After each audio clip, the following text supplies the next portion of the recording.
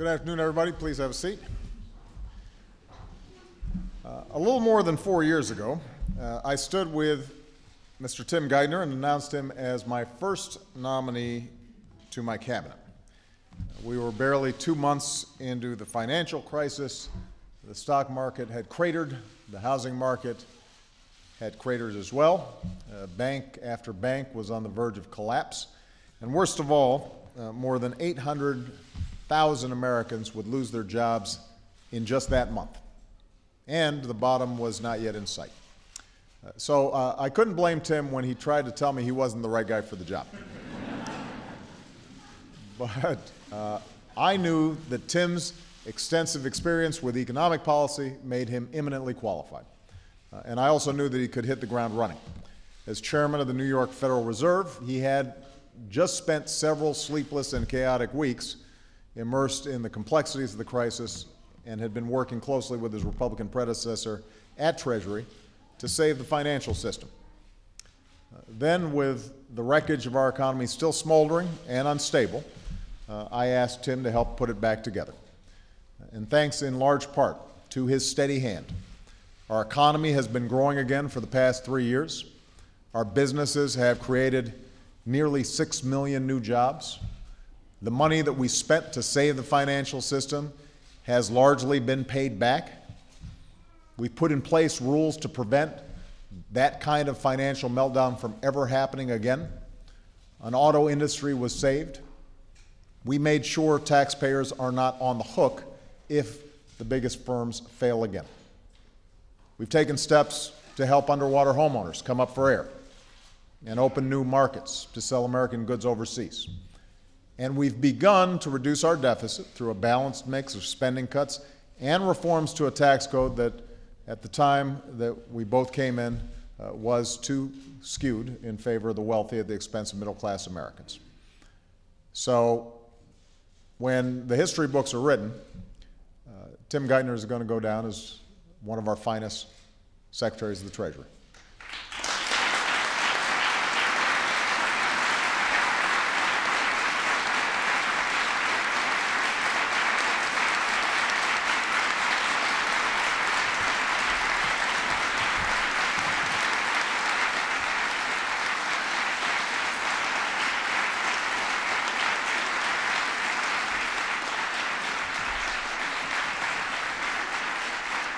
All right, don't embarrass him.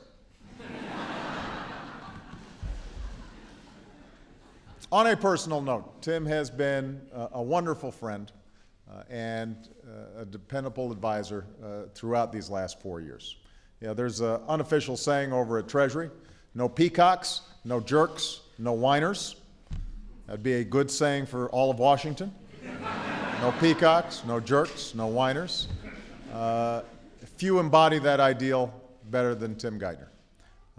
That's why when Tim was thinking about leaving a couple of years ago, I had to personally get on my knees with Carol to help convince him to stay on a little bit longer.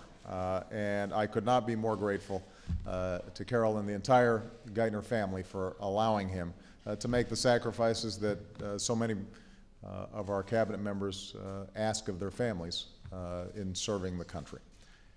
Now, the fact is, while a lot of work remains, especially to rebuild a strong middle class and offer working folks new pathways to rise into the middle class, our economy is better positioned for tomorrow than most of those other countries hit by the financial crisis. The tough decisions Tim made and carried out deserve a lot of credit for that. So I understand that Tim is ready for a break. Obviously, we're sad to see him go, but I cannot think of a better person to continue Tim's work at Treasury than Jack Lew. Now, this is bittersweet not only because Tim's leaving, but also because Jack's been my chief of staff for the last year. He was my budget director before that. I trust his judgment. I value his friendship. I know very few people with greater integrity than the man to my left. And so I don't want to see him go because it's working out really well for me to have him here in the White House. But my loss will be the nation's gain. Jack has the distinction of having worked and succeeded in some of the toughest jobs in Washington and the private sector. As a congressional staffer in the 1980s, he helped negotiate the deal between President Reagan and Tip O'Neill to save Social Security. Under President Clinton, he presided over 3 budget surpluses in a row.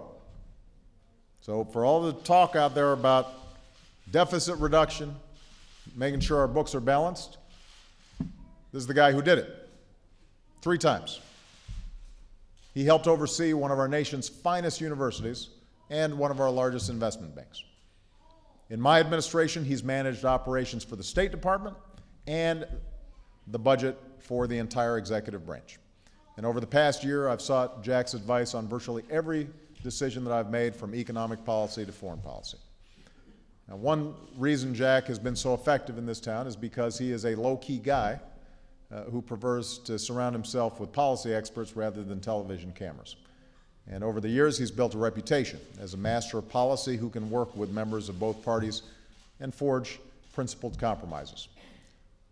And maybe most importantly, as the son of a Polish immigrant, a man of deep and devout faith, Jack knows that every number on a page, every dollar we budget, every decision we make has to be an expression of who we wish to be as a nation, our values. The values that say everybody gets a fair shot at opportunity, and says that we expect all of us to fulfill our individual obligations as citizens in return. So Jack has my complete trust. I know I'm not alone in that. In the words of one former senator, having Lou on your team is the equivalent as a coach of having the luxury of putting somebody at almost any position and knowing he will do well. And I could not agree more. So I hope the Senate will confirm him as quickly as possible. I want to personally thank both of these men and their families, especially Carol and Ruth, for their extraordinary service to our country. And with that, I'd like to invite them to say a few words, starting with Tim.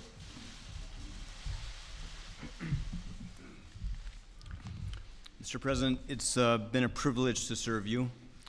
I'm honored and grateful that you asked me to do this, really. I am. And I'm very proud of what my colleagues at Treasury and your economic team was able to help you accomplish these first 4 years. When you stepped into this building as president, you were confronted with a world in crisis, the worst crisis in generations. And you made the necessary, the hard, the politically perilous choices that saved the American people, saved American industry, saved the global economy from a failing financial system. And your successful response to the crisis, of course, did not solve all the nation's challenges. It could not have done so. But the actions you took, along with those of a forceful and creative Federal Reserve, have made the country stronger and have put us in a much better position to face the many challenges still ahead of us, and they are many. I have the greatest respect for Jack Lew. I know him as a man of exceptional judgment, calm under pressure, with an extraordinary record of accomplishment and experience over decades spent at the center of American economic policy. He's committed to defending the safety net for the elderly and the poor. He understands what it takes to create the conditions for stronger economic growth and broader economic opportunity. And he understands that to govern responsibly is to govern with a recognition that we have limited fiscal resources. Now, like Jack, I've spent my professional life in this world of public policy and public service. And as all of you know, our families carry a large share of the burdens we assume in public life. And I feel incredibly fortunate that my wife, Carol, and my family have been willing to allow me to do this. And I thank them for their support and their patience, and I understand their occasional impatience. I want to express my admiration and my appreciation for the women and the men of the Treasury Department, those who came to serve you these years of crisis, and the civil servants of the Treasury, with whom I first started working in 1988. They are exceptionally talented and honorable public servants. I'm very proud of what they have helped you accomplish, and I am confident that my successor will find them the extraordinary asset they are to the nation. And I also hope that Americans will look at the challenges we face today and decide, as many of you in this room have, that in spite of the divisive state of our political system today, that serving your country is compelling and rewarding work. That was my experience, and I am grateful and will always be grateful to you for having given me the opportunity to serve you as the 75th Secretary of the Treasury.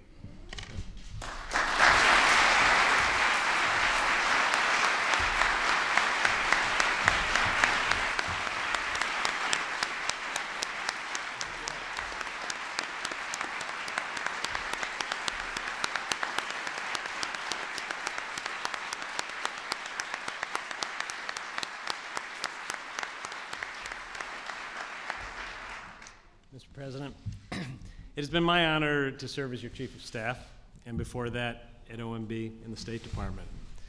It's really been a privilege to come to work every day as part of a team that's dedicated to building a sound economy and a safer world. Tim, you've been a friend and a colleague for many years, actually decades, and the American people are better off for your outstanding service. And you know, I thought I knew you pretty well, but it was only yesterday that I discovered that we both share a common challenge with penmanship.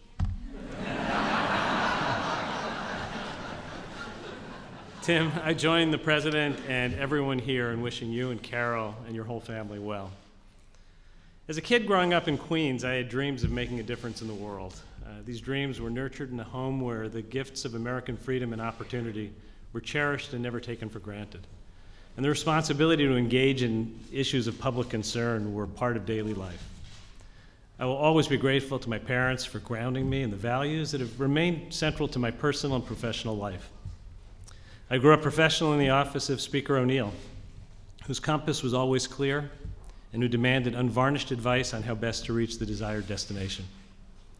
Mr. O'Neill cared little about your age or rank, and only about whether or not you did the hard work to inform the decisions of the day. And he took a big chance giving a lot of responsibility to a very young man, and for that I'll always be thankful. Serving at OMB, first under President Clinton and more recently in this administration, I worked with one of the finest teams in the government to execute a responsible fiscal policy while advancing policies to promote economic growth. I'm delighted to see so many of my friends from OMB here today.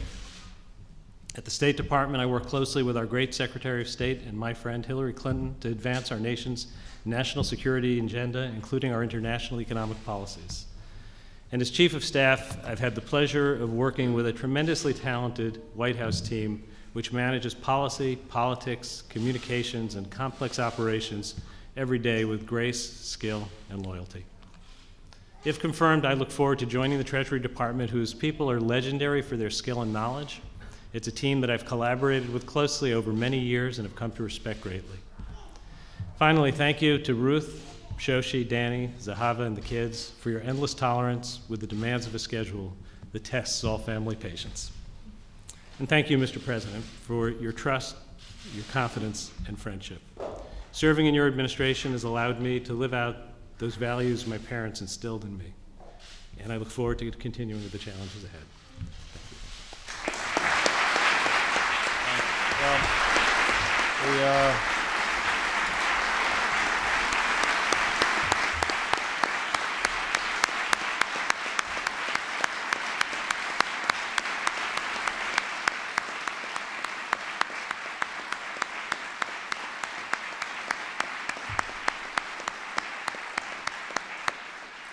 Well, these are two outstanding public servants. I think the only point that I want to make, leave you with, is the fact that I had never noticed Jack's signature.